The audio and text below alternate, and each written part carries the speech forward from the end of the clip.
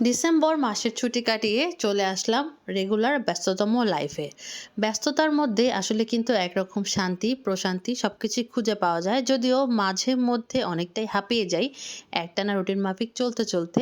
তারপরও ব্যস্ততার নামই কিন্তু জীবন। থেমে থাকলেই কিন্তু হেরে যাবেন। তো এই ব্যস্তময় দিনের সবচেয়ে ব্যস্তময় সময়টা হচ্ছে সকালবেলা। এই সকালবেলা আমি কিভাবে সুন্দর করে গুছিয়ে সবকিছু করি, বলতে গেলে উইন্টার মর্নিং রুটিন, সেটাই আজকে আপনাদের সাথে শেয়ার করব।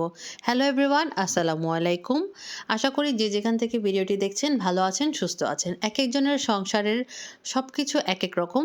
তো আমি আমারটা শেয়ার করছি, আশা করি ভালো লাগবে। তো আমার সকালটা শুরু হয় 5:30টায়। এইটা হচ্ছে 5:30টার সময়ের আকাশ। যদিও এখনও পরিষ্কার হয়নি পুরোপুরি, আর যেহেতু এখন অনেক বেশি পরিমাণ কুয়াশা পড়ছে, আরও বেশি কিছুই দেখা যায় না। তো আমি নামাজ পড়ে চলে আসলাম হচ্ছে আমার ড্রয়িং রুমটাকে একটু খুলে দেখলাম কি অবস্থা বাইরের। তো তারপরে আবার লাগিয়ে দিয়ে চলে গেলাম হচ্ছে হাত মুখ ধোয়ার জন্য, ফ্রেশ হওয়ার জন্য। প্রথমে আমি ফজরের নামাজটা পড়ে নিয়েছি অজু করে। তারপরে এখন একদম ফ্রেশ হয়ে হাত মুখ ধুয়ে আমার সানস্ক্রিন আর ক্রিম লাগিয়ে নেব। যতই রোদ কুয়াশা থাক আমি তো সানস্ক্রিন লাগাই মাস্ট। একটা ডিম আমার জন্য সিদ্ধ দিয়ে দিলাম, আর এখানে বাদাম নিয়ে নিলাম। এখন হচ্ছে এটাকে বের করে রাখবো, এটা আমি এখন খাবো না। এখন আমি নতুন করে গাজরও অ্যাড করেছি।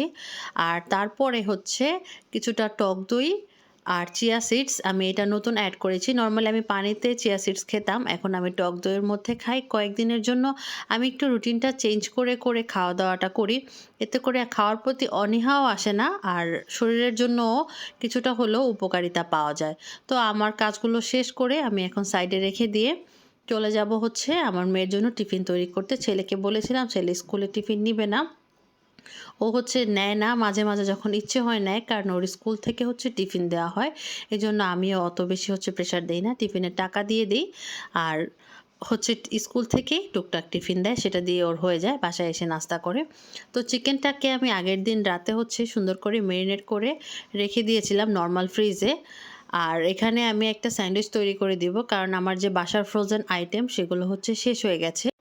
আজকে মেয়েকে স্কুল থেকে নিয়ে আসার সময় আমি নিয়ে আসবো। এইজন্যই আমি আজকে বাসায় যা ছিল সেগুলো দিয়েই জোগাড় করে ওকে একটা স্যান্ডউইচ বানিয়ে দিচ্ছি, একটু চিজ দিয়ে, চিকেন দিয়ে। মেয়োনেজটাও আমি আগের দিন রাতে বানিয়ে হচ্ছে ফ্রিজে রেখে দিয়েছিলাম। সকালবেলা এইসব ঝামেলা আসলে করা যায় না। তো এইজন্য আমি এভাবে করে রেখে দিলাম। আর যখন ফ্রোজেন আইটেমগুলো থাকবে তখন আরও বেশি ইজি হয়ে যাবে, আর একটু কষ্টটা কম হবে। তো আমি মেয়ের জন্য স্যান্ডউইচ রেডি করে দিলাম। ছেলের জন্য বানানোর ইচ্ছে ছিল, কিন্তু ও খাবে না, আগে না করে দিয়েছে, দিলে রাগ হবে, খাবে না, এই জন্য আর দিব না। তো প্রথমে আমি আমার মেয়ের টিফিনটাই হচ্ছে রেডি করে দেব। টিফিনটা আমার মেয়ের খুব পছন্দের একটা আইটেম। টিফিন বক্স খুলে যদি দেখে খুব সুন্দর করে সাজানো গোছানো টিফিন দেওয়া থাকে, তাহলে ও হয় কি সবগুলো টিফিন সুন্দর করে খেয়ে আসে। তো এই জন্য হচ্ছে আমি ওকে টিফিনটা একটু গুছিয়ে দিলাম, সাথে একটু সস দিয়ে দিলাম, আর সাথে দিব হচ্ছে ওরিও বিস্কিট। মোট কথা বাসায় যা থাকে সেগুলো একটু সুন্দর করে গুছিয়ে দিয়ে দিই। এই বিস্কিটগুলো শেষ হয়ে গেছে, কয়েকটা ভাঙা ছিল 2-3টা, সেটা আমি হচ্ছে ওকে টিফিন বক্সের মধ্যে সুন্দর করে দিয়ে এখন টিফিন বক্সটা লাগিয়ে রেডি করে ওর জন্য ওর ব্যাগের মধ্যে দিয়ে দিব। আর সাথে দিয়ে দেবো হচ্ছে দুজনের জন্যই পানি। এখন যেহেতু শীতকাল, তো ওদেরকে আমি নর্মাল পানিটাই দিচ্ছি। আর গরমে তো অবশ্যই ওরা ঠান্ডা পানি নিয়ে যায়, পারলে বরফ ঠান্ডা পানি নিয়ে যায়। তো এখন হচ্ছে আমি ফ্লাস্কগুলো রেডি করে রাখছি। এগুলো দেখলে আসলে নিজের ছোটোকালের কথা মনে পড়ে, মাও এভাবে গুছিয়ে দিত। আর বছরের প্রথম সময় সব কিছু নতুন, এটার আনন্দটা কিন্তু আরও বেশি। তো দুইজনের ওয়াটার বোতলটা দিয়ে দিলাম, আর মেয়ের টিফিন বক্সটা ভরে দিলাম। চলে আসলাম ছেলেকে উঠানোর জন্য। এখন বাজে হচ্ছে 6:45। তো ছেলেকে এই টাইমের মধ্যে উঠাই, ওদের স্কুল হচ্ছে 7:30টায়। ওরা বাসা থেকে 7:10, 7:15 এরকম টাইমে, বা 7:05 এরকম টাইমে বের হয়। তো আমার ছেলে তো বেচারা অনেক দিন বেশ বেলা পর্যন্ত ঘুমিয়েছে। আজকে উঠতে একটু হচ্ছে গড়িমসি করছিল। তো ওকে আমি ডাক দিয়ে রেখে ওকে ওয়াশরুমে পাঠিয়ে আমি এদিকে হচ্ছে ওদের স্কুল ড্রেসগুলো একসাথে রেডি করে নিচ্ছিলাম। সাথে আমার ড্রেস, এগুলো রেডি করে রাখলে পরবর্তীতে দেখা যায় একজন রেডি হওয়ার সময় আমাকে আর কেউ ডিস্টার্ব করে না, যারটা শেষে নিজে নিয়ে রেডি হয়ে যায়। তো ছেলেটা রেডি করলাম। এখন যেহেতু শীতকাল, শীতের কাপড় চোপড় তো পাশে থাকবেই। মেয়েরটাও রেডি করে নিলাম, সাথে রেডি করলাম হচ্ছে আমারটা। আমি এই ড্রেসটা পরে যাব আর একটা সোয়েটার পরে যাব, আমার জুতা, আমি হাঁটবো আজকে, তো এই জন্য নিয়ে নিলাম। তো এখন হচ্ছে ছেলে রেডি হয়ে যাচ্ছে, এর মধ্যে মেয়েও উঠে গেছে। মেয়েকে এখন আলহামদুলিল্লাহ ডাকতে হয় না, নিজে থেকে উঠে যায়। তো ওরটা একটু দেরিতে, আমরা একটু পরে বের হব। আমরা বের হব হচ্ছে 8:45টার দিকে। আর ছেলে আর ছেলের বাবা বের হবে 7:10-এ।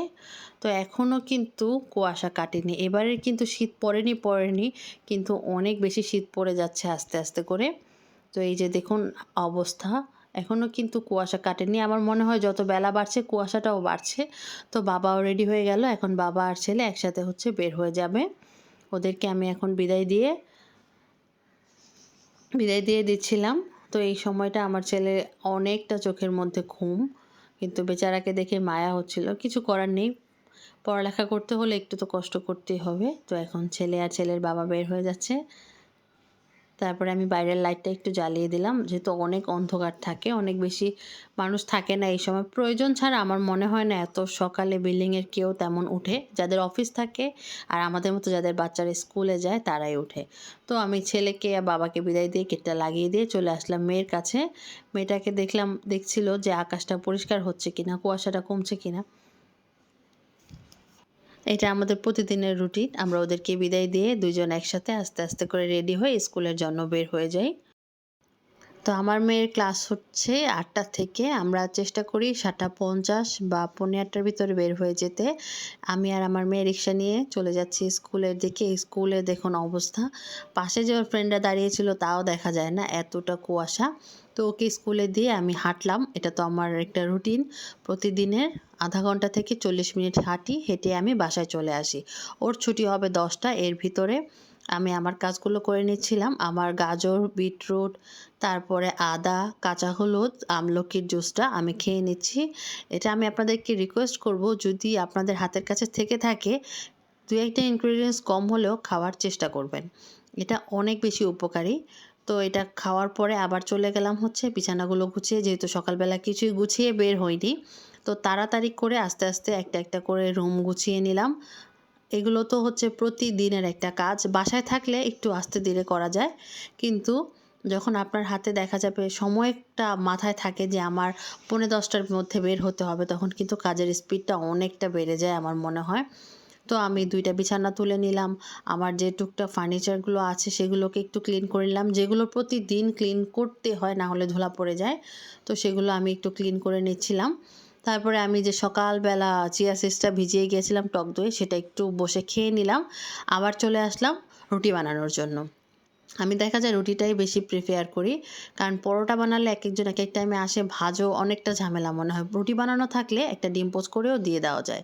তো আমি রুটিটা বানিয়ে রাখলাম, আর পরোটা হলে তো কিনেই খাওয়া যায়। তো এভাবে করে আমি একটা একটা করে সবগুলো রুটি বানিয়ে টিস্যু দিয়ে পেঁচিয়ে রেখে দিব। কারণ এখন যেহেতু স্কুল টাইম, কেউই একসাথে খাওয়া হবে না, আগ পিচ করেই খাওয়া হবে। আমি আমার জন্য একটা পরোটা বানিয়ে নিলাম সাথে।